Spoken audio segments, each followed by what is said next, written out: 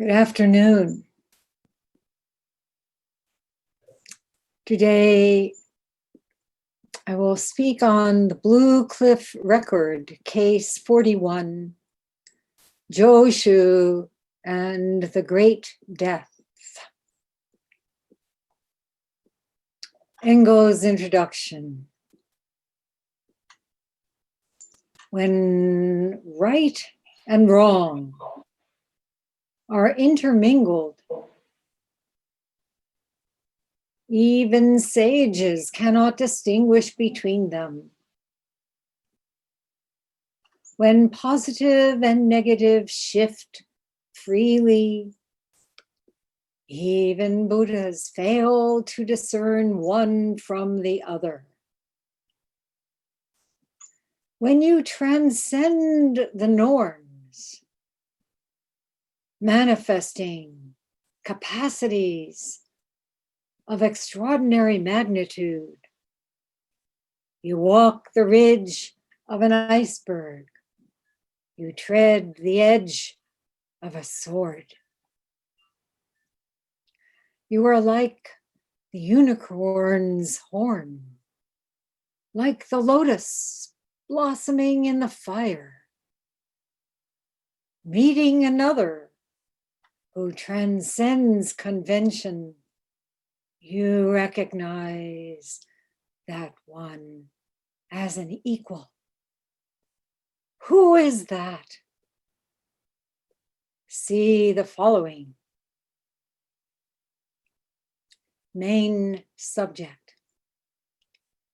Joshu asked Tosu, when one who has died the great death returns to life, what then? Tosu said, you must not go by night. You must go by the light of day. Sechou's verse. Open-eyed, all the more as if dead. What is the use of testing a master with an anti-serum? Even the Buddhas have never reached that point.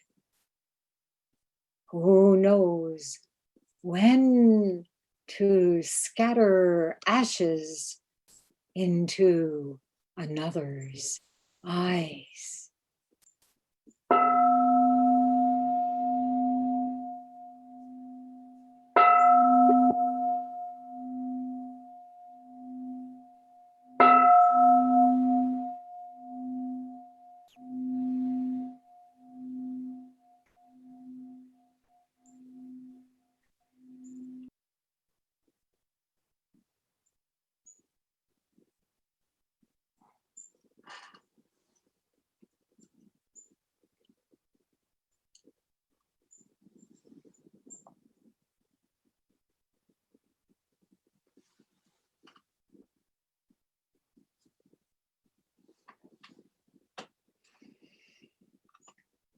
It just so happened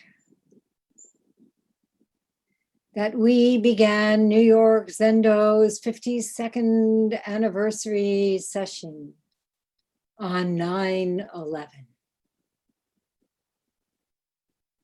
19 years after hijacked planes struck the Twin Towers of the World Trade Center,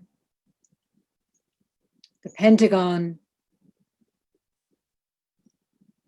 and a Pennsylvania field, killing nearly 3,000 people. More than double that number, survivors and first responders have died of related illnesses since 9/11, 2001, and COVID-19 continues to rage. The illusion of a separate place, a separate self, my house, my safe, secure life, my America, was shattered on that day. Yet, that illusion took hold again very soon after, amid the retaliatory wars the United States fought in Iraq and Afghanistan. And that illusion continues unabated on our own turf in the current climate of fear, ignorance, and malevolence. We say, it just so happened, but in Buddhism, we also say, nothing happens by accident. What could be more appropriate than offering our practice at such a time, rededicating ourselves 52 years after this zendo was formally opened on September 15th, 1968.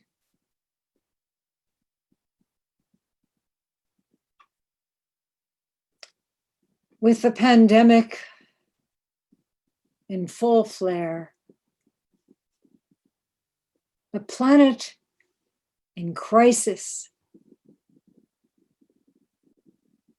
the West in flames, and a heightened awareness of centuries of injustice amid a dangerous eroding of democratic ideals. With all this, the cost of ignoring causation is beyond comprehension.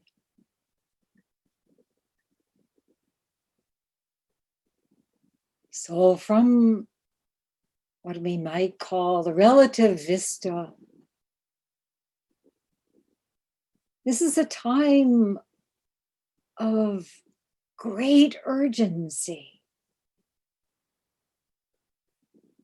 From the fundamental vista, which is, of course, not at all separate,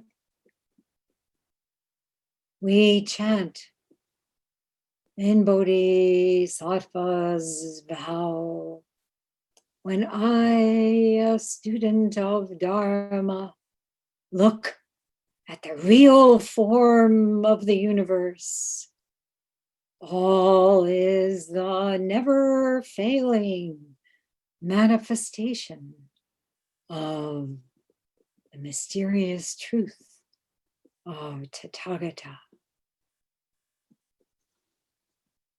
All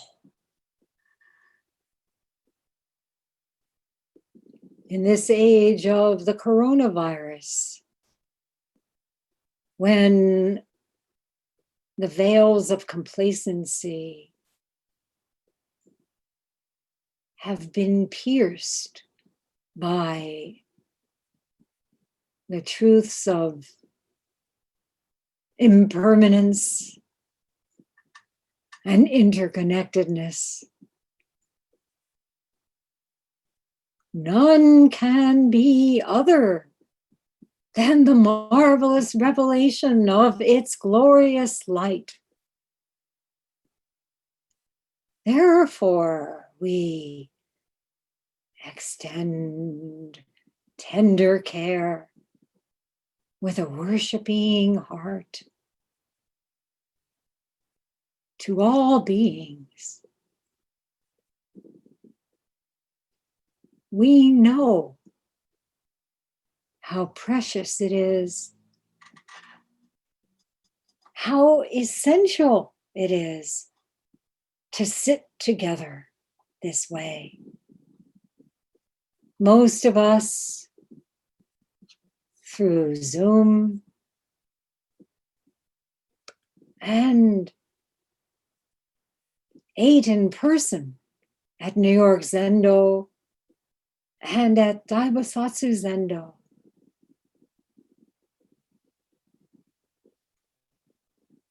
Seeing those of you who are present in this beautiful Zendo during our sittings this weekend, I've wanted to jump right through the screen and join you live.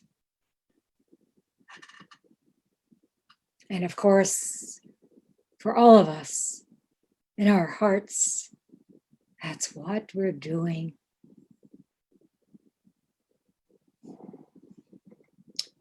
On the altar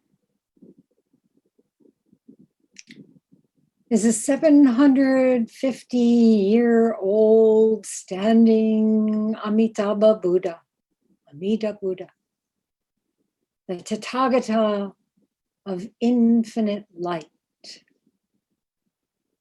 Soen Nakagawa Roshi brought this Buddha with him from Ryutakaji on a ship in July of 1968.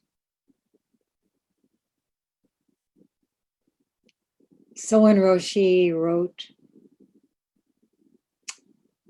"True Dharma abides endlessly. Conditions are ripe. With the intense and passionate vow of the young monk Edo Taishimano, the New York Zendo Shobo-ji is born in Manhattan. The weather is gorgeous. Bodhisattva weather. Is it an autumn day in the Nara period, or a day at the time of Shakyamuni?" And then he presented 2 haiku.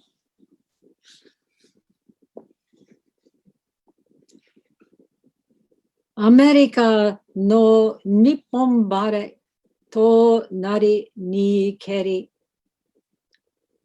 Cleared up sky of Japan, now in America.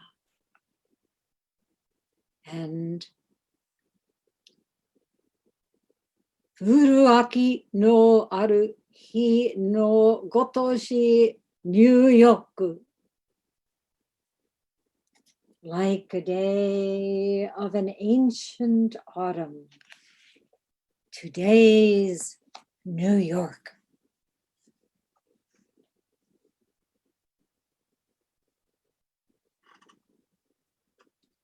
So joining Tai-san, who would become Edo Roshi 4 years later as Soen Roshi's Dharma heir, were 200 some guests, including Doris and Chester Carlson, whose generosity made the purchase and renovation of this carriage house possible. And as many of you know,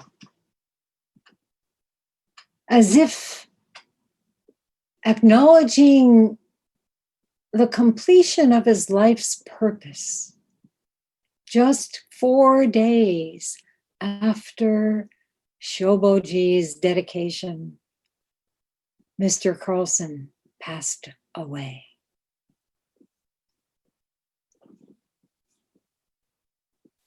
Among the Zen masters at the opening were Hakun Shitsuryoko Yasutani Roshi, honorary founder of this temple. Soen Roshi, abbot of Yutakaji.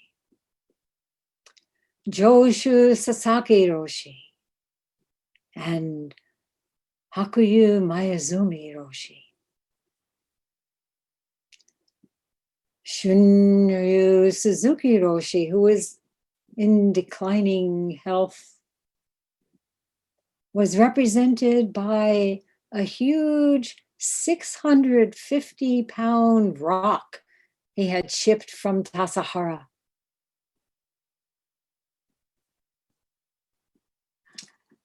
All these great teachers and most of the guests who were present that day have passed on.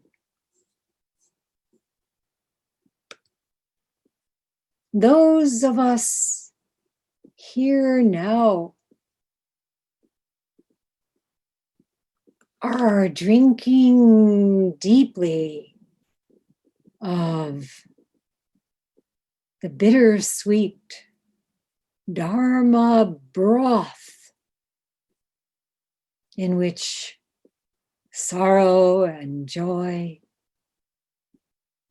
grief and gratitude are intermingled.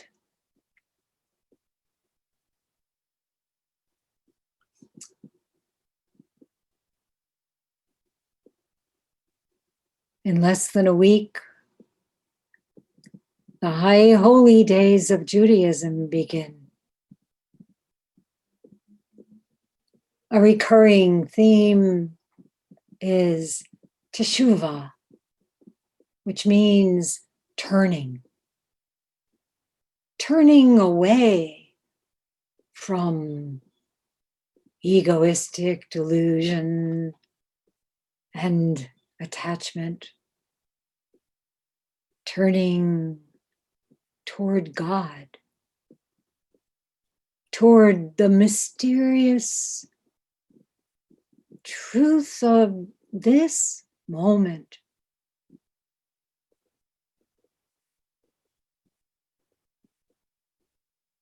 Which of course is here even if you are turning away.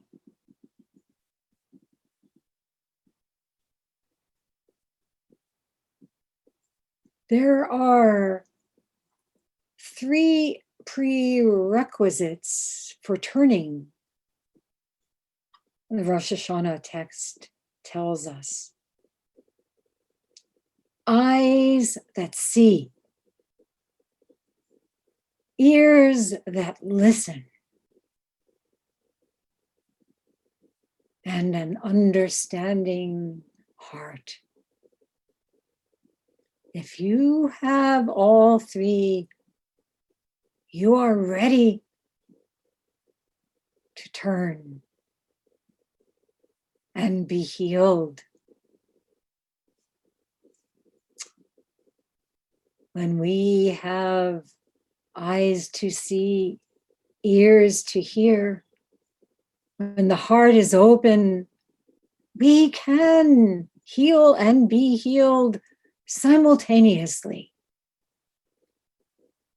This is our Bodhisattva vow.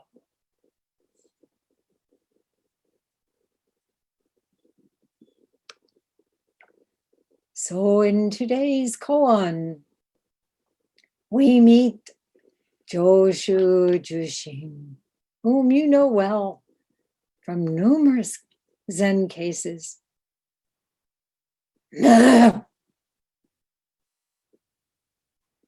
Wash your bowl. Joshu and the hermits. Joshu's oak tree in the garden. Joshu's stone bridge. And so many others. He was born in 778 and lived for quite a while. 120 years to be exact.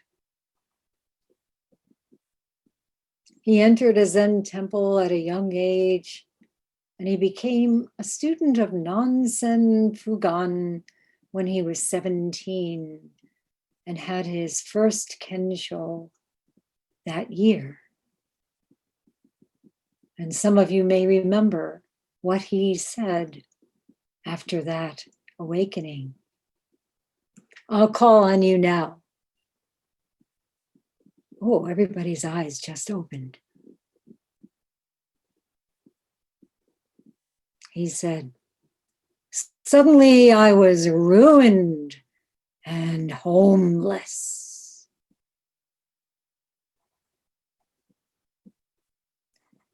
Joshu died the great death and came alive again and again and again. Always going deeper, always challenging himself and others to plumb the depth of this matter throughout his long lifetime.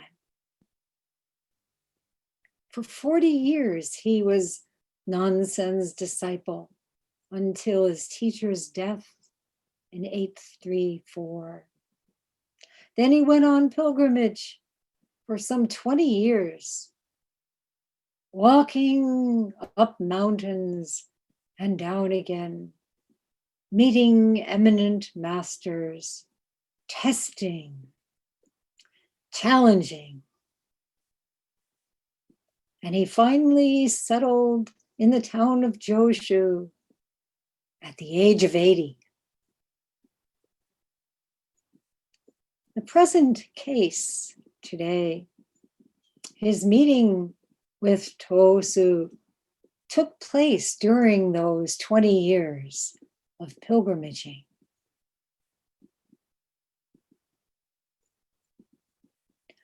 Tosu Daido was born in 819 and also had a rather long life. He died at the age of 95. He was a disciple of Suibi Mugaku, who gave him transmission. And then he sequestered himself on Mount Tosu for 30 years, compiling a collection of koans and writing verses. He lived hidden away on that mountain in a thatched hut, but word got out about his deep insight. And as you probably know, there were quite a few masters in Tang Dynasty China who lived as recluses, who went on pilgrimages to deepen their realization. No one was posting on Facebook. No one was putting out flyers, trying to gather adherents. And as far as we know, no one was thinking, I've got it. I should be called a Roshi. Anyone who thinks that way now, please vomit it up so that we don't have to. In the Heart Sutra, we chant, no wisdom, no attainment. Indeed, there is nothing to be attained. The Bodhisattva relies on prajna paramita with no hindrance in the mind. No hindrance, therefore no fear.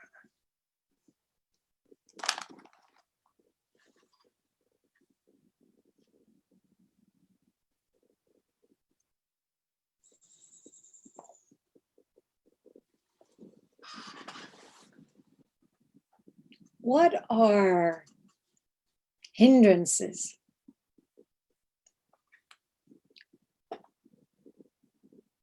We might say gaining ideas of attainment based on some notion of a separate selfhood. Most of us, I dare say, have some familiarity in our zazen with hindrances in the mind. Sometimes they appear as what we think others expect of us, or what we think we have to do to measure up, or fearing, oh, we are falling short. We can never be good enough. And we're always comparing and seeking approval out there. And we also know the hindrance of a kind of enslavement, which manifests as the mind always going elsewhere. I have to do this. I better arrange that. Something needs to be done. Then that thing is done, and what happens next? Another thing, and another, and another. We get caught in this thinking that we can control or fix our circumstances. So always projecting, how can we be here for our lives? The paradox is that we hold so tightly to that which undermines our equanimity, our freedom. All the time, underlying our anxieties is the fear that we'll lose this separated individuality, this concocted self that we've been carrying around. That's so heavy. So we might wonder, how do we break free from this endless round of samsara?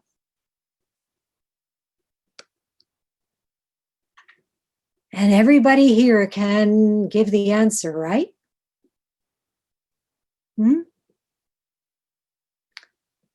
Turn off your mute buttons. Everybody, all together now.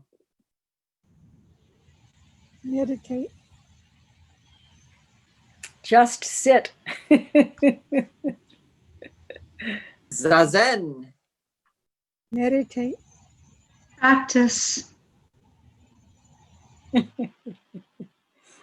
Nothing to break away from. Be simple. We all know what to do. Okay, we just do it. Sit. Sit with no idea about what we're doing, what it's for, how it's going to improve our lives. No such thing. And then, of course, we go another step further and we think, okay, we'd better make our zazen better. This is really the cosmic joke. We better fix what's wrong with our zazen so we can fix what's wrong with our lives. And then maybe we'll be able to fix what's wrong with everybody else's lives, because we know how that goes, right? You know, eventually we come to this great realization. It doesn't have to be called Kensho. This realization that there's nothing we can fix. There's nothing that is fixed. There is nothing fixable. All we can do is be this very breath. Exhale into vast emptiness.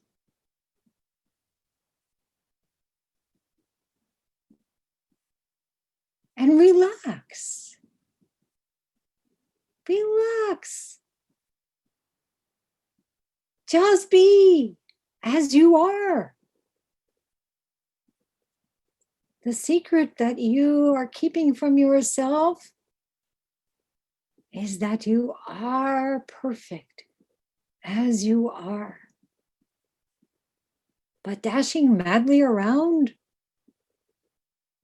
how can you trust it? Just relax.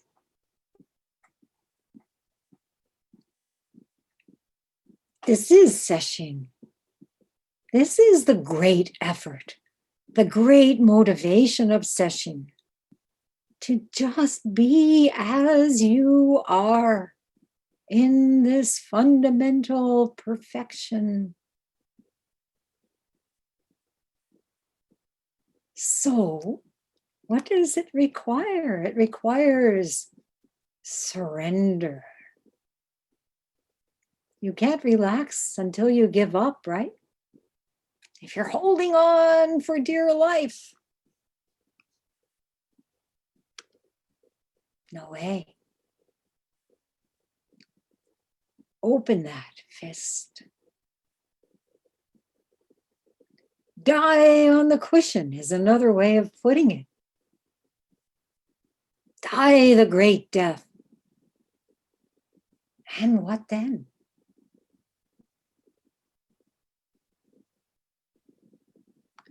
Oh, where's my fear? Where's my anxiety? That's who I am. I'd better get it back.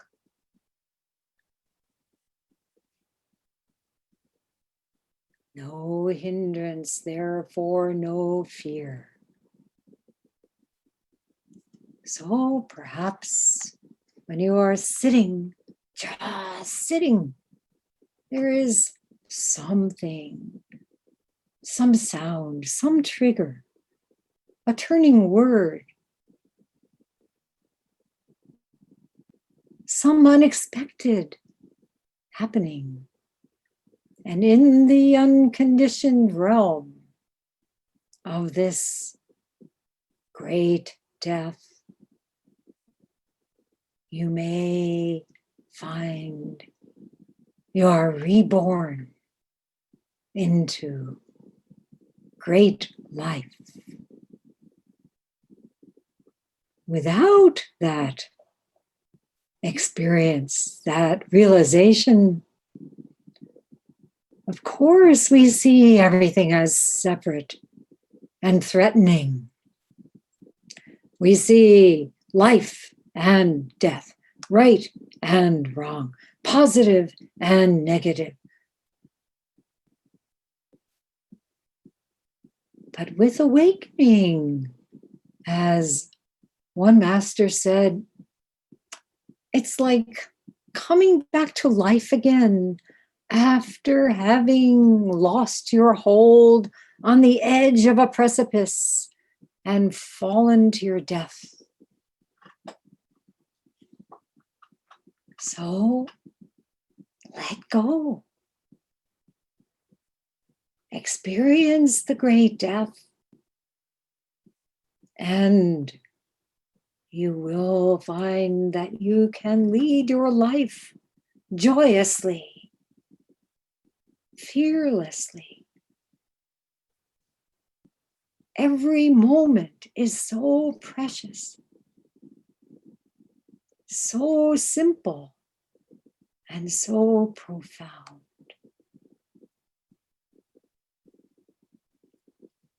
Engo Kokugon comments,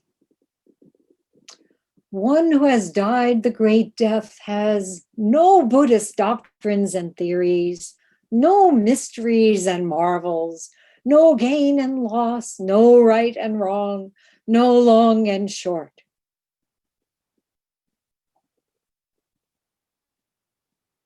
Get rid of it all. His introduction to this case introduces the themes and the characters.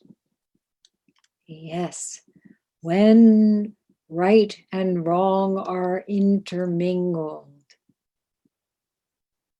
we know that dualistic thinking keeps us enchained. We're always discriminating between this and that, life and death.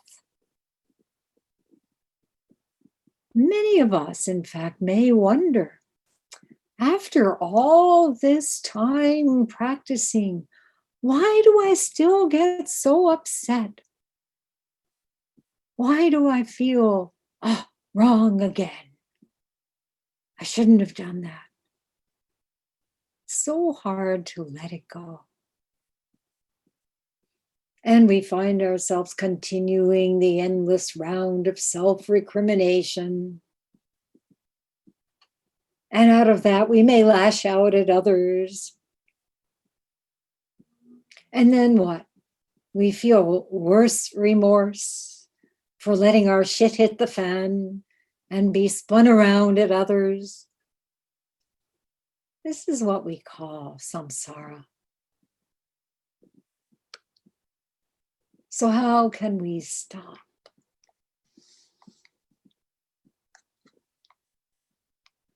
We have to see what's happening. Right in the midst of sitting, something may be rearing up. We have to notice it and let it go over and over.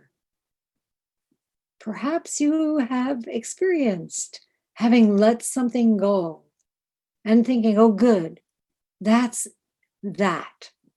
And then almost the next sitting, perhaps the next breath, there it is again, just as believable as ever. So we have to let it go over and over and not think it's wrong, not berate ourselves, just over and over, recognizing and opening the hand that has been clenched. Just as the trees will soon be letting their leaves go and not trying to grab them back. Leaves fall. They go into the ground They enrich the soil. And as they decompose, they become the source from which new life can grow.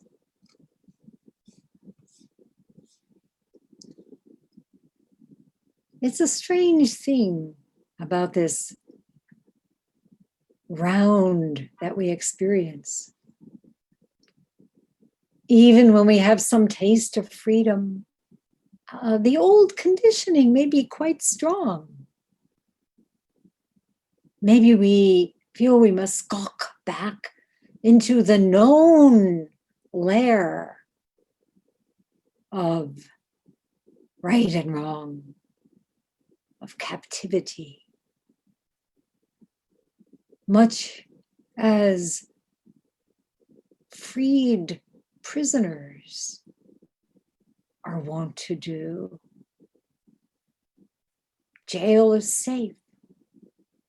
The cells we've constructed are familiar. We may fear the boundlessness of our true nature.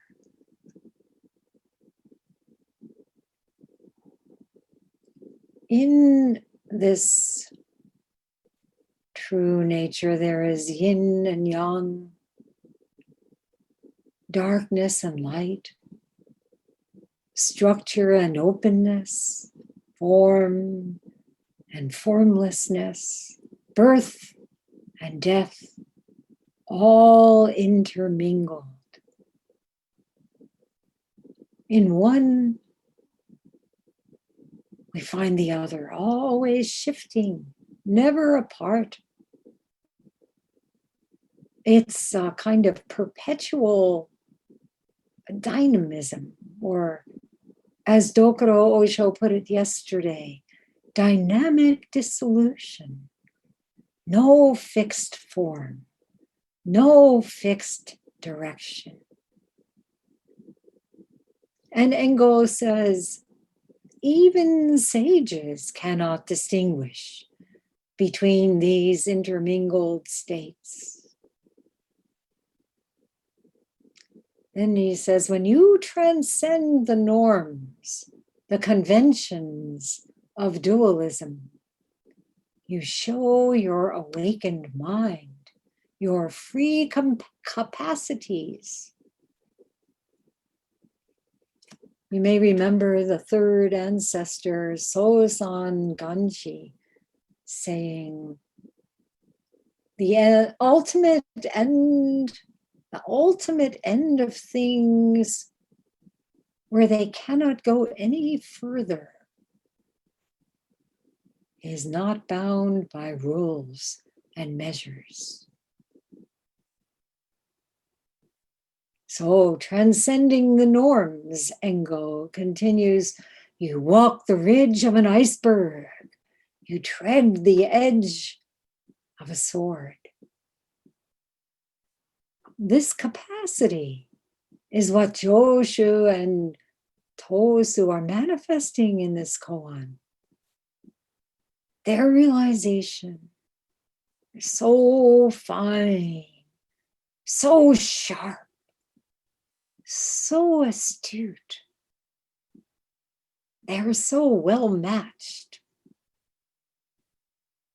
Having died the great death, they can walk that ridge, the sword's edge. How rare!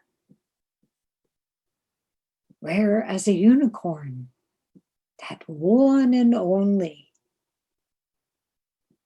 Like the lotus blooming in the fire. So esoteric, wondrous, mysterious, uncanny. So Joshu and Tosu meet each other as one, recognize each other as an equal. And with that long introduction by Engo, we come to the main subject, which you'll be happy to know, is very short. Joshu asked Tosu, when one who has died the great death returns to life, what then? This great death, without a single thing remaining, complete, extinguish. What happens when one returns to life? He's asking. The master of old said, the moment when you die the great death is when the great life manifests clearly. The contemporary teacher Shinge Roshi put it this way: to be in the world of life and death, and yet realize that which is beyond life and death, is to realize the mind of the Buddha, to awaken to your true being. When Joshu asked that question, Tosu's sharp answer was, you must not go by night. You must go by the light of day.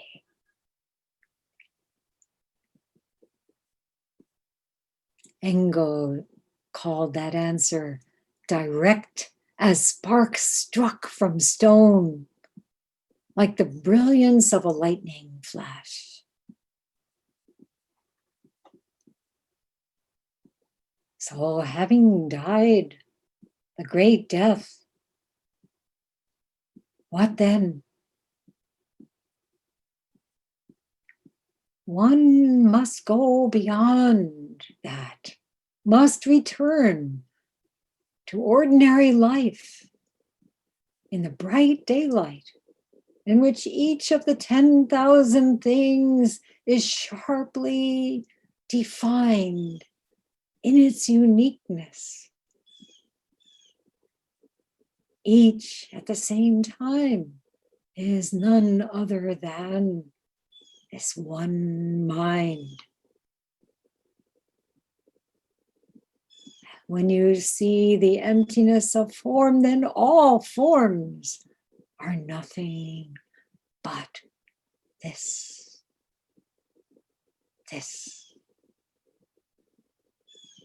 In the Diamond Sutra, it says, a bodhisattva who practices charity with mind detached from form is like a person with open eyes in the radiant glory of the morning, to whom all kinds of objects are clearly visible. And Rinzai put it this way: it has no form, yet distinctly shines alone. So, when you return, having died the great death, there is nothing but life itself, vigorously manifesting, functioning freely. And this is what we mean when we say, may we completely realize and actualize the Tathagata's teaching. This is Zen practice, endlessly revealing. And as the koan Dokoro Osho spoke on yesterday put it, after the great death, what? proceed on from the top of the 100-foot pole. Die the great death, but don't get stuck in that night. You must come alive. You must function in the light of day. And Chosha Keishin said, show your whole body in the 10 directions. Just do whatever has to be done, simply and directly in the midst of whatever is happening. Respond to this one. Respond to that one. Embrace this one. Hold up that one. Allow this one to be absolutely still with no interference. Coming in the light of day. You are the master of circumstances.